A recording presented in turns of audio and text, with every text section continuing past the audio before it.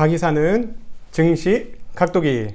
안녕하세요. 새로운 한 주가 시작되었습니다. 증시 각도기 곽상준 인사드립니다. 이번 한 주 이제는 눈이란다. 비가 좀 그만 왔으면 좋겠습니다. 이제 태풍도 좀 비껴 나갔으면 좋겠고요. 그래서 우리 좀 이렇게 춥춥한 것들이 끝나고 좀 화창한 하늘을 볼 수 있는 한 주가 되었으면 좋겠습니다. 네, 지난 주말에 살짝 마감 시황을 말씀드렸는데요. 오늘 또다시 미국 시장 마감 동향 한번 살펴드리고 그 다음에 이게 과연 한국 시장에 어떤 영향을 미칠 것인가까지도 한번 생각해보는 시간 갖도록 하겠습니다. 네, 지난 주말에 말씀을 드렸습니다만 미국 증시가 나스닥은 하락, 그리고 다른 지수들은 소폭 상승을 했습니다. 특별히 러셀 리처리 1.39% 상승하면서 조금 한계 자리에 있었던 주식들의 상승폭이 조금 더 크게 나왔습니다. 그리고 다우는 0.17%, S&P 500은 0.06%였으니까 보합이었는데요. 그동안 많이 올랐던 나스닥은 0.87% 하락하면서 기술주들이 하락했습니다. 기술주들이 하락한 첫 번째 이유를 따져보자면 역시 중국과의 갈등, 미국과 중국 간의 갈등이 격화되면서 이로 인해서 타격을 받을 제일 첫 번째 회사가 어디일까요? 중국 애들은 휴대폰 안 쓰는 거 아니지 않습니까? 휴대폰을 쓰면 아무래도 미국의 빅테크 기업들하고 연결될 수밖에 없는 거죠. 만약에 휴대폰을 중국 애들이 하나도 안 쓴다 이러면은 미국의 빅테크 기업하고 전혀 상관이 없을 수도 있어요. 그러나 쓰고 있기 때문에 안드로이드든 뭐든 쓰고 있기 때문에 미국의 빅테크 기업하고 상관이 있을 수밖에 없다. 그렇기 때문에 미중 갈등 상황들은 기술주들한테는 좋은 뉴스가 아니다 이렇게 볼 수 있겠고, 또 하나 지난 주말에도 말씀드렸습니다만 미국과 중국이 과거에 이렇게 불협화음이 났을 때 가장 안 좋았던 나라를 하나를 꼽아보라면 역시나 한국이었어요. 양쪽 모두에서 우겨쌈을 당한다고 표현해야 할까요? 그렇게 어려운 부분들이 있었기 때문에 이 부분들은 한국 시장의 호재는 결코 아니다 이렇게 볼 수 있습니다. 서로 싸운 내역들을 보면 이미 말씀을 드렸습니다만은 틱톡, 위챗과의 모든 거래를 금지하는 행정명령 2건에 트럼프 대통령이 서명을 했습니다. 그리고 또 하나 미국 재무부가 캐리람 홍콩 행정장관을 비롯해서 홍콩과 중국 관리 11명에 대해서도 제재를 가했습니다. 양제츠 중국 공산당 외교담당 정치국어는 미국이 1단계 무역 합의를 위한 우호적인 여건 조성을 협력해야 한다. 우호적인 여건 조성에 협력해야 한다 이렇게 이야기했습니다. 그러니까 너희 이런 식으로 나오면 1차 무역합의 안 돼 라고 얘기했어요. 그러니까 와, 이것도 1차 무역합의 했던 것도 깨지는 거 아니야 라는 생각이 드는데 이어서 다 그런 생각을 하게 될까봐 한 마디 더 붙여줍니다. 소통의 문은 완전히 열려 있다. 네, 중국도 여기서 깨기는 싫은 거예요. 그리고 또 하나 이게 선거를 얼마 안 남은 상황이라서 과연 과거만큼 영향력이 있을 것이냐는 의문입니다. 과거만큼 이게 영향력이 있을 것인가? 예, 여기에 대해서는 조금 고민이 필요하다. 그래서 과거만큼 영향력이 없다면 한국 증시는 긍정적, 그리고 미국 증시도 상대적으로 덜 악재 이런 정도로 해석할 수 있겠고요. 그리고 지난 주말에 미국 시장이 그럼에도 불구하고 과거 같았으면 상당히 크게 충격을 받았을 이 뉴스로 인해서 충격을 별로 받지 않은, 그리고 기술주만 충격을 받은 이유는 실업률이 양호했기 때문에 그렇습니다. 그러니까 실업률이 7월 실업률이 전월 11.1%에서 10.2%로 하락했다고 밝혔죠. 그래서 아무래도 이제 실업률이 좀 줄어들었기 때문에 이런 부분이 이제 증시의 호재가 되면서 호재로 갈까 했는데 미중 무역 갈등이 이렇게 떴죠. 근데 이제 전반적인 분위기는 뭐냐면 주말에도 언급을 드렸습니다만 전반적인 분위기는 그럼 위험 자산을 회피하고 안전 자산 써놓으냐, 그건 아니라는 거예요. 그리고 지난주 한 주 우리가 이제 다시 한번 복습해야 되는데, 지난주 복습은 단순해요. 하나로 딱 말씀드리면 지난주 복습은 뭐다?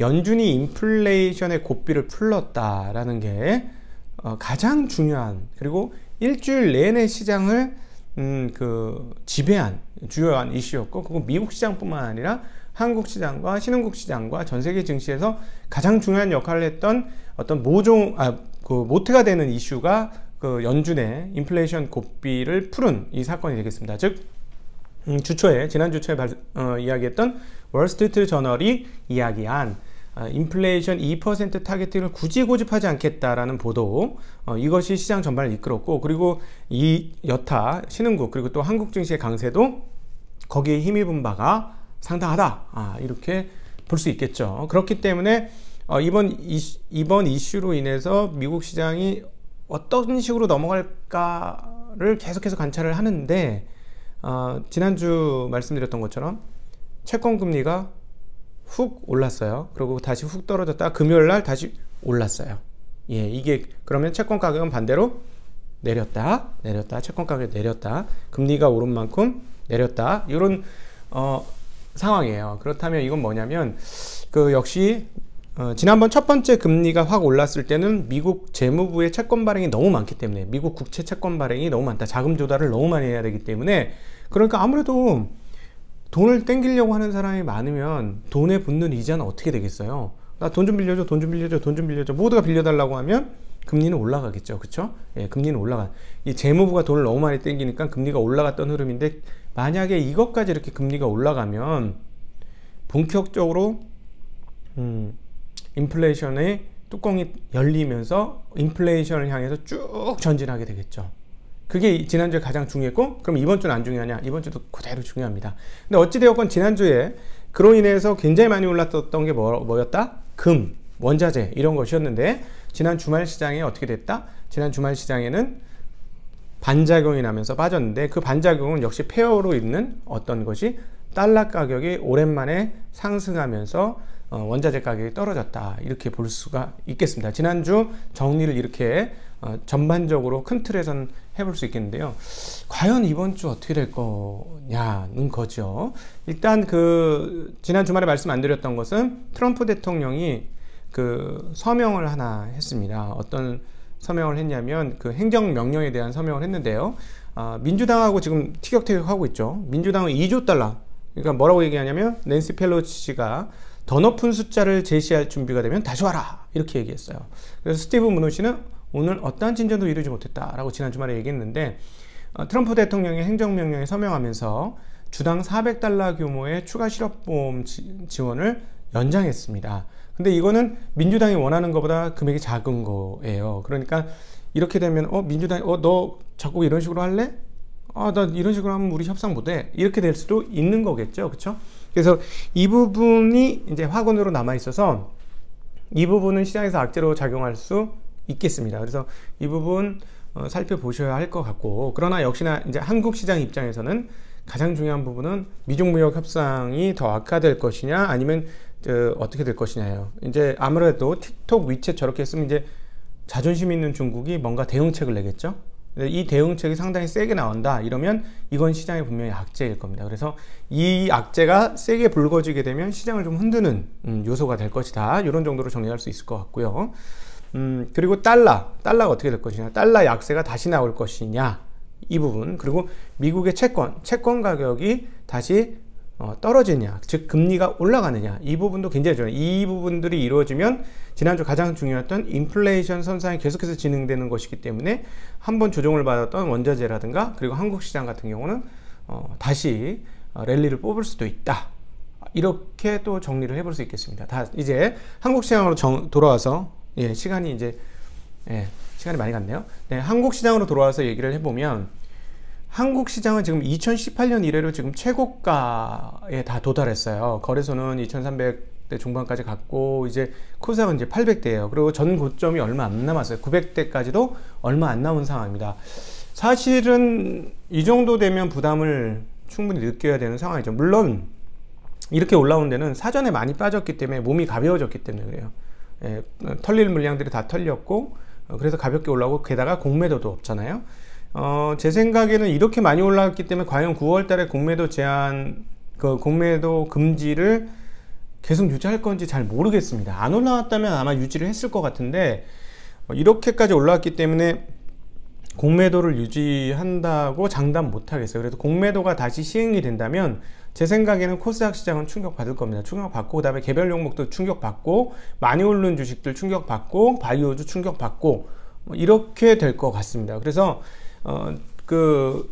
9월달이 다가올수록 코스닥보다는 거래소가 더 상대적으로 양호할 수도 있다, 이렇게 보셔야 되겠고, 그러면 코스닥은 어떻게 거래소에서 양호한 업종의 밸류체인, 그 밑단에 있는, 먹이사들의 밑단에 있는 기업들 정도 보는 게 맞지 않을까 하는 생각을 가지고 있습니다. 근데 기본적으로 이 정도 올랐으면 굉장히 많이 올랐거든요.